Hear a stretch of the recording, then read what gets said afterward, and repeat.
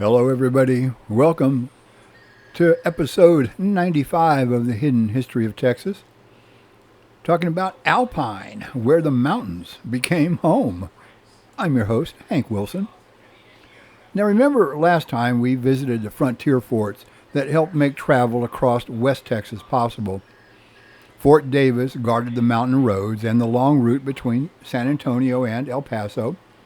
Fort Stockton stood near Comanche Springs, where water made movement and survival possible. Now, those forts protected travelers, mail carriers, soldiers, ranchers, and settlers who were all moving through the Trans-Pecos. But an army post could protect a road. It could not by itself create a permanent community. For that, guess what? You needed families. You need ranchers, merchants, railroad workers, teachers, and students. You need people willing to look at the mountains and desert of West Texas and say, we're not merely passing through, we're staying.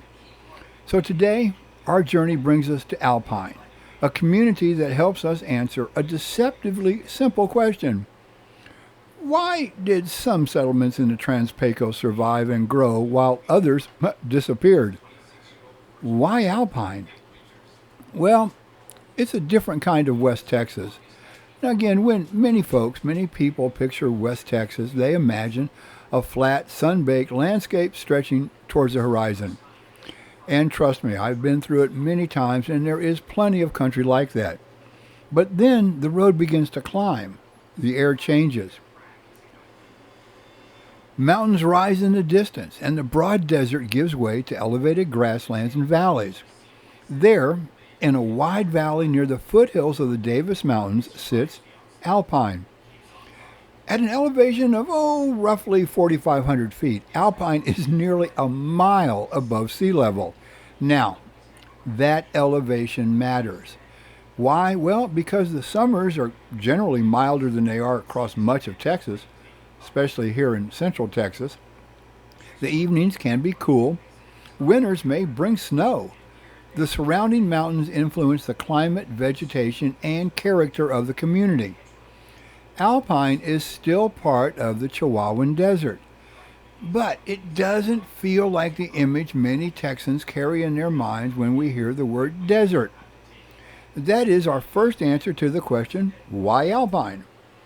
Well, geography gave people a place where life in the Trans-Pecos was difficult, but possible. Now, before there was a time, long before Alpine appeared on a map, indigenous peoples moved through and lived within the greater Big Bend region. The land wasn't empty. People understood its springs, mountain passes, plants, animals, and seasonal rhythms, long before railroad surveyors or cattle ranchers arrived. Later, Spanish and Mexican travelers crossed the broader region, although permanent colonial settlement remained very limited. Why? Oh, the distances were enormous. Water was uncertain, transportation was slow, and political authority was often little more than a distant claim on a map. After Texas entered the United States, or as we say, after the United States joined Texas, the federal government established forts and military roads across the region.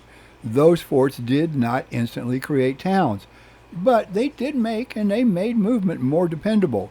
They did help connect San Antonio and El Paso, protected mail and stage routes, and created a network through country that had once seemed almost impossible to control.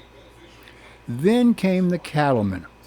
Between the late 1870s and early 1880s, ranchers began bringing livestock into the Alpine area. Some lived in tents near their herds while testing whether the surrounding grasslands and water sources could support permanent ranching.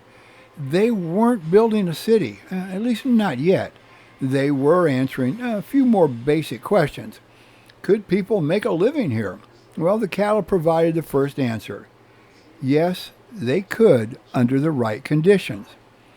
Now, water came before railroads. Now, I say that because there's a temptation to say that Alpine exists because of the railroad, and that is partly true.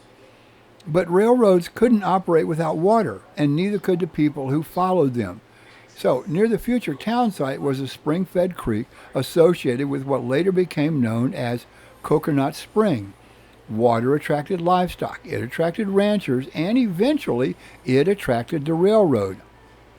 The Southern Pacific Line reached the area in 1882 as part of its transcontinental route.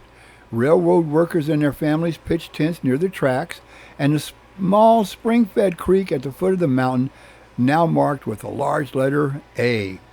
The settlement was first associated with the name Osborne. Now, later, after the railroad negotiated with local landowner Daniel Murphy for access to water, the stop became known as Murphyville. The name changed again in the late 1880s when the community became Alpine. You know, the sequence of names and changes is interesting, but the more important story is underneath them. The railroad did not simply decide that this would be a town. The location already possessed the things the railroad needed: a usable route, nearby grazing land, and, most importantly, water. So, that gives us another answer to our question of why. Well, Alpine developed where geography, water, ranching, and transportation came together. Remove any one of those, and the town's future becomes far less certain. See, the railroad changes distance. And even today, but especially before the railroad, West Texas distances could be punishing. A journey wasn't measured only in miles, but in days between dependable water sources. Supplies arrived slowly, mail could be delayed. Livestock might be valuable, but ranchers still needed a way to move cattle and wool to distant markets. The railroad changed that. It carried people, building materials, tools, food, mail, and news. It connected ranches in the Trans-Pecos with buyers elsewhere. It provided employment and encouraged merchants to establish businesses near the tracks. Perhaps more importantly, the railroad altered the community's relationship with distance. Alpine was still remote. It remains remote today. But remote no longer meant completely isolated. The railroad turned Alpine from a place where people could survive into a place where a community could begin to function. Stores appeared, homes replaced tents, local government developed, ranching expanded, and Alpine gradually became a service center for the surrounding country. The town grew slowly at first. Now, that's worth remembering. You see, Alpine was not an overnight boomtown. There was no spectacular gold strike. There was no great oil discovery that suddenly filled its streets. Its growth came from accumulation. One ranch, one business, one family, one train at a time. And when you think about it, perhaps that gradual development helped Alpine endure. It wasn't created by a single boom, so it was not destroyed when that boom ended.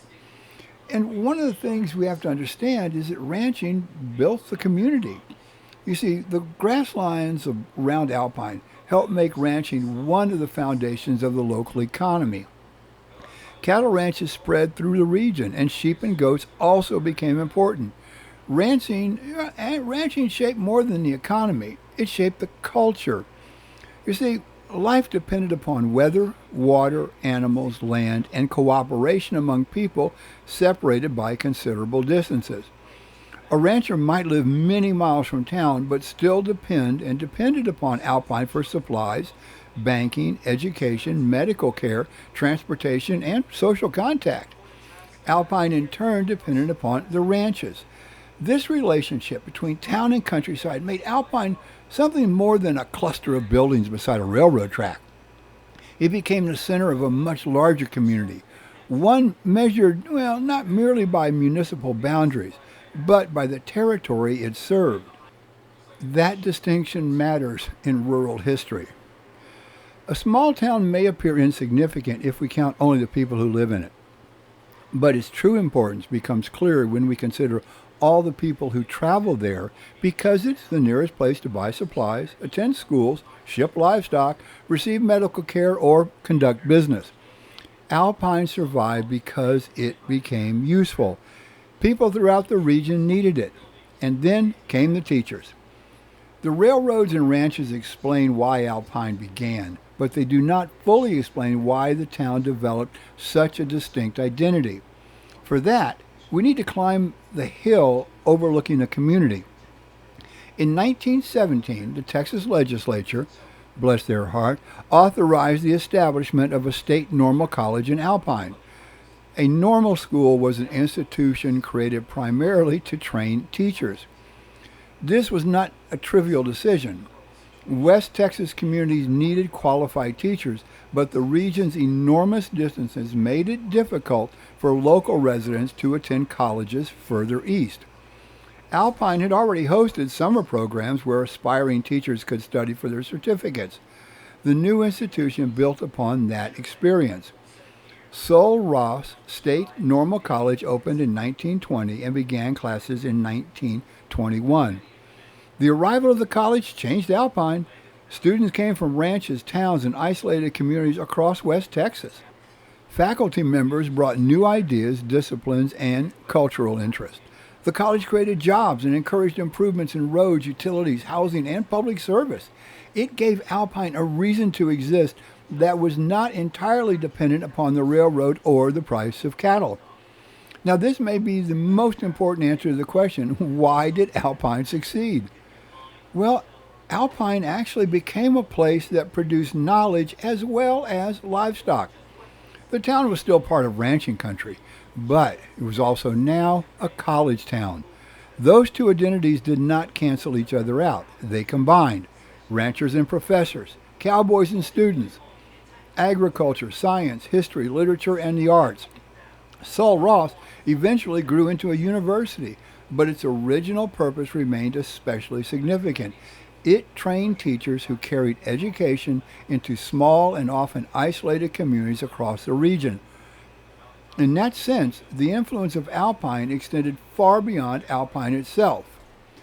Now, the early 1920s, marked a real turning point. Like I said, Sul Ross opened.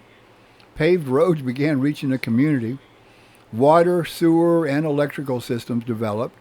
These improvements may not sound as dramatic as a gunfight or a cavalry campaign, but they are the things that make permanent community life possible. History frequently celebrates the people who arrive first. It pays less attention to the people who build water systems, or grade roads, or establish schools, or open stores, or keep hospitals operating. But towns survive because someone performs those less dramatic tasks. The pioneers may begin a settlement, infrastructure makes it a community. By combining transportation, ranching, education, and public services, Alpine became the economic and cultural center of the Big Bend region. Not the largest city in Texas, not the wealthiest, but essential to the people living across a vast surrounding territory. Another chapter opened during the 20th century as Americans began looking at the mountains, canyons, and desert of the Big Bend region differently. Because for generations, settlers had judged the land primarily by what it could produce. Could it support cattle? Could it be mined? Could a railroad cross it? Could people find enough water to live there? But increasingly, people also began valuing the region because it was wild, beautiful, and unlike almost anywhere else. So, Big Bend National Park was established in 1944. And Alpine soon became one of the principal gateways to the park and the surrounding region.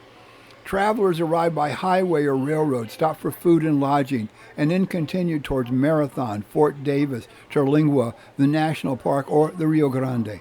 Tourism gave Alpine another economic foundation. And once again, the town adapted.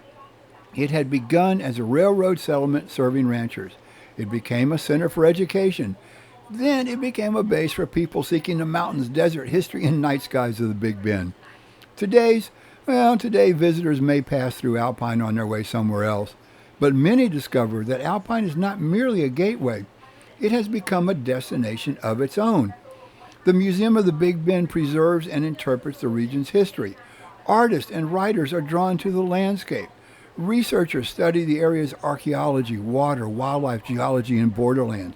Ranching remains part of the community's identity, and Sul Ross continues to place a university in one of the most sparsely populated regions of the country. So, why did Alpine succeed? Well, not because one famous person founded it, not because one decisive battle was fought there, not because one enormous discovery created instant wealth. Alpine succeeded because several necessities converged in one place. The elevation made the climate more livable. Springs provided water. Grasslands supported ranching. The railroad connected the community with distant markets. Roads connected it with the surrounding region. Sul Ross gave it an educational and cultural purpose. And Big Bend tourism gave it another way to grow without surrendering the character that made it distinctive. Alpine did not conquer the Trans-Pecos.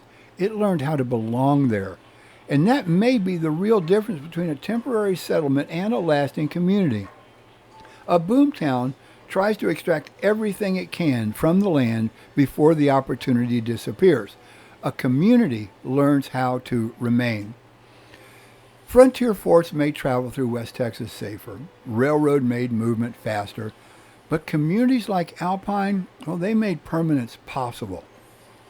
And Alpine represents a new stage in our journey. We began in El Paso, the ancient gateway through the mountains. We crossed the Pecos and entered the Trans-Pecos. We visited the forts that protected the roads and water sources. Now in Alpine, we see people doing something different. They're no longer crossing a frontier. They're building lives within it. And they are discovering that survival alone is not enough. A permanent community needs commerce. It needs roads, it needs water, and it needs education. Now, next time, we're going to continue our journey through West Texas by going to Pecos, a town shaped by cattle, irrigation, railroads, and the enduring legend of the cowboy. Because Alpine showed us how the mountains became home, Pecos will show how the mythology of the West became part of the Texas story. I'm Hank Wilson. Thank you for joining me for another episode of The Hidden History of Texas. And remember, Texas history is not one story. It's thousands of stories written across a landscape as varied as the people who call it home.